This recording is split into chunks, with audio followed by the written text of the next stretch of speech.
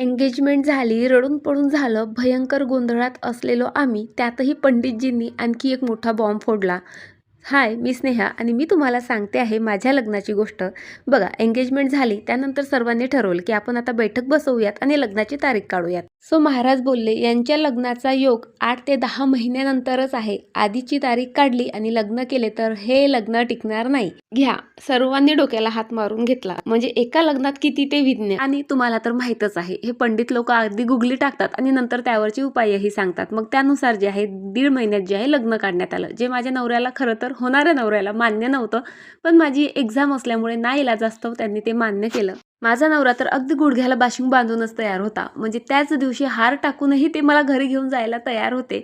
पण त्यांच्या घरचं जरी हे शेवटचं लग्न असलं तरी माझ्या घरचं हे पहिलंच लग्न होतं. त्यातही मी एकुलती एक.